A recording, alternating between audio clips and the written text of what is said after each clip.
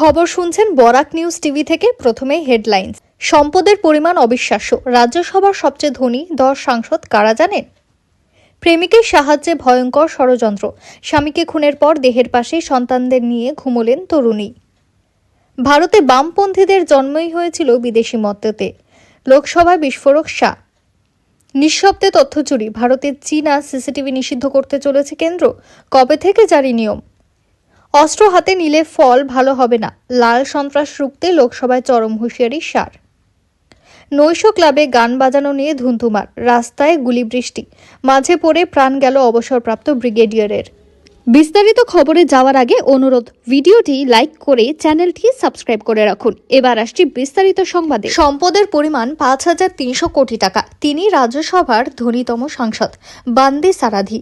তবে তালিকায় এরপর যাদের নাম রয়েছে তাদেরও সম্পদের পরিমাণ চোখ ধাঁধানো। রইল হলফনামার ভিত্তিতে ঘোষিত সম্পদের পরিমাণ অনুযায়ী রাজ্যসভার শীর্ষ 10 ধনী সাংসদের তালিকার অন্যতম নাম বিখ্যাত অভিনেত্রী ও অমিতাভ জয়া বচ্চন।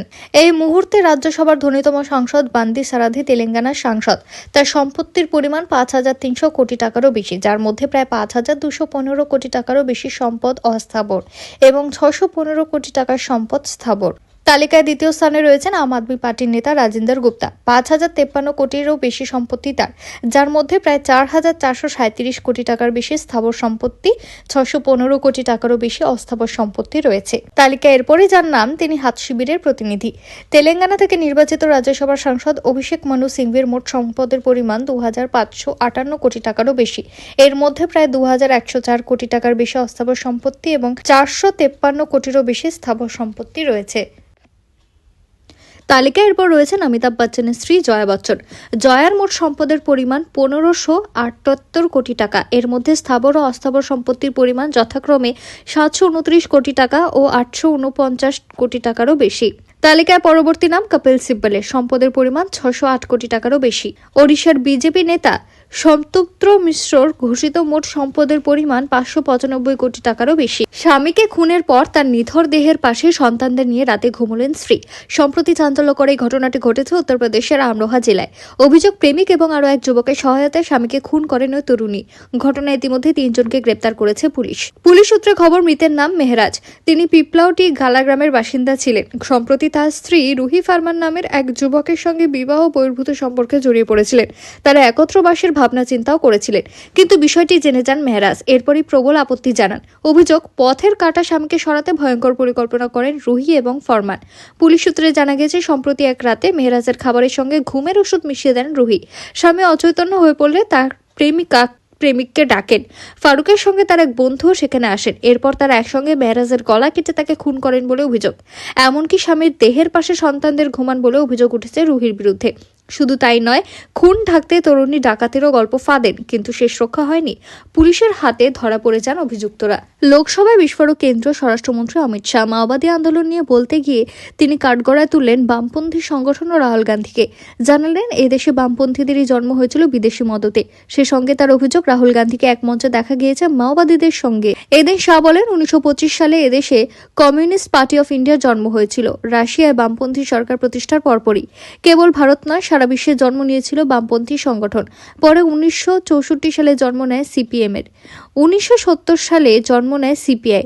তার অভিযোগ, সিপিআইএমএল কখনোই অধিকারের সুরক্ষাকে উন্নত করার আন্দোলন করেনি, বরং তারা সশস্ত্র আন্দোলন শুরু করেছিল সংসদীয় গণতন্ত্রের বিরোধিতা করে। দেশে সাইবার নিরাপত্তা জোরদার করতে বড়সড় পদক্ষেপ নিতে চলেছে কেন্দ্র। সূত্রের খবর, আগামী 1 এপ্রিল থেকে ভারতে নিষিদ্ধ হতে চলেছে চীনা সিসিটিভি ক্যামেরা। এর ফলে হিগভিশন, দাহুয়া, টিপি লিঙ্কের মতো জনপ্রিয় সংস্থা দেশের সিসিটিভি ক্যামেরা এবং সংশ্লিষ্ট সরঞ্জাম বিক্রিতে বাধার মুখে পড়তে পারে। সূত্রের খবর, চীনা ডিভাইসগুলির বিরুদ্ধে বারবারই তথ্য চুরির অভিযোগ ওঠে। তা রোধ করতে এবার কড়া পদক্ষেপ করল নরেন্দ্র মোদী সরকার। জানা যাচ্ছে, আগামী মাসে চালু হতে চলেছে standardisation, testing and quality certification নামের একটি নয়া বিধি। নতুন নিয়ম অনুযায়ী ভারতের সিসিটিভি ক্যামেরা বা ভিডিও নজরদারি ডিভাইস বিক্রির আগে সংশ্লিষ্ট ডিভাইসের সঙ্গে সরকারি অনুমোদন নেওয়া বাধ্যতামূলক। এই নিয়ম শুধু নির্দিষ্ট কয়েকটি সংস্থার জন্য নয়, ভারতে সিসিটিভি ও নজরদারি ডিভাইস বিক্রি করা সমস্ত ব্র্যান্ডের ক্ষেত্রেই প্রযোজ্য হবে বলে জানা গিয়েছে। লাল সন্ত্রাস প্রাণ কেড়েছে 20,000 তরুণ প্রাণের। প্রভাবিত হয়েছে 12 কোটি মানুষের জীবন। এমনই দাবি করে কেন্দ্রীয় স্বরাষ্ট্রমন্ত্রী অমিত শাহ চরম হুঁশিয়ারি দিলেন মাওবাদীদের। তার হুঙ্কার, অস্ত্র হাতে নিলে কড়া পদক্ষেপ হবে। সেই সঙ্গে তার মন্তব্য, সরকার সমস্ত সমস্যা সমস্যা শুনতে, সেগুলো সমাধান করতে এবং বাস্তবায়ন নিশ্চিত করতে প্রস্তুত।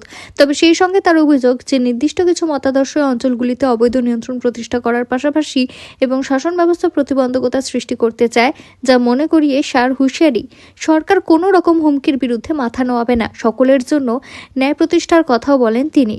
লাল সন্ত্রাসকে দেশ থেকে নির্মূল করতে 31শে মার্চের সময়সীমা বেঁধে দিয়েছিলেন স্বরাষ্ট্রমন্ত্রী। সেই সময়সীমা শেষ হতে আরও একদিন বাকি। এর মতো অবস্থায় ছত্তিশগড়ে বিরাট সাফল্য মিলেছে। সুকমায় নিরাপত্তা বাহিনীর সঙ্গে গুলির লড়াইয়ে মৃত্যু হলো এক মাওবাদীর। জানা গিয়েছে, মৃত এই মাওবাদী কমান্ডারের নাম মুচকি কৈলাস। তার মাথার দাম ছিল 5 লক্ষ টাকা। দেরাদুনের রাস্তায় প্রকাশ্যে দুই গোষ্ঠীর ভয়ঙ্কর সংঘর্ষ। নৈশ ক্লাবে গান বাজানো নিয়ে দুই পক্ষের ঝামেলার মধ্যে পড়ে গুলিবিদ্ধ হয়ে বেঘোরে প্রাণ গেল সেনার অবসরপ্রাপ্ত ব্রিগেডিয়ারের। সোমবার সকালে দেরাদুনের রাস্তায় অন্যদিনের মতোই প্রাতঃভ্রমণে বেরিয়েছিলেন 74 বছরের সেনাকর্মী। সে সময় রাস্তায় একটি স্করপিও এবং একটি ফরচুনারের মধ্যে ভয়ঙ্কর রেষারেষি চলছিল।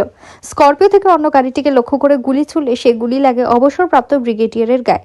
দ্রুত হাসপাতালে নিয়ে যাওয়া হলেও বাঁচানো যায়নি তাকে। পুলিশ জানিয়েছে, এমনকি সকাল 6:30 নাগাদ দেরাদুনের রাস্তায় দুপক্ষের মধ্যে সংঘর্ষ বাধে। দ্বন্দ্বের সূত্রপাত হয়েছিল নৈশ ক্লাবের ডিজিতে একটা গান বাজানো নিয়ে। ক্লাব থেকে বেরিয়েও একে অপরের লাঠি লোহার রড নিয়ে হামলা চালায়। একটি ফরচুনার গাড়িতে চেপে এক পক্ষ পালানোর চেষ্টা করলে অন্য পক্ষ একটি স্করপিও গাড়িতে করে তাড়া করে। এক প্রত্যক্ষদর্শী কুলদীপ বিস্ত জানিয়েছেন, ফরচুনার গাড়িটিতে লোহার লাঠি দিয়ে আঘাতের পাশাপাশি বার কয়েকবার গুলি করা হয়। তাতে আহত হন ভেতরে থাকা ব্যক্তিরা। গাড়িটিরও ক্ষতি হয়।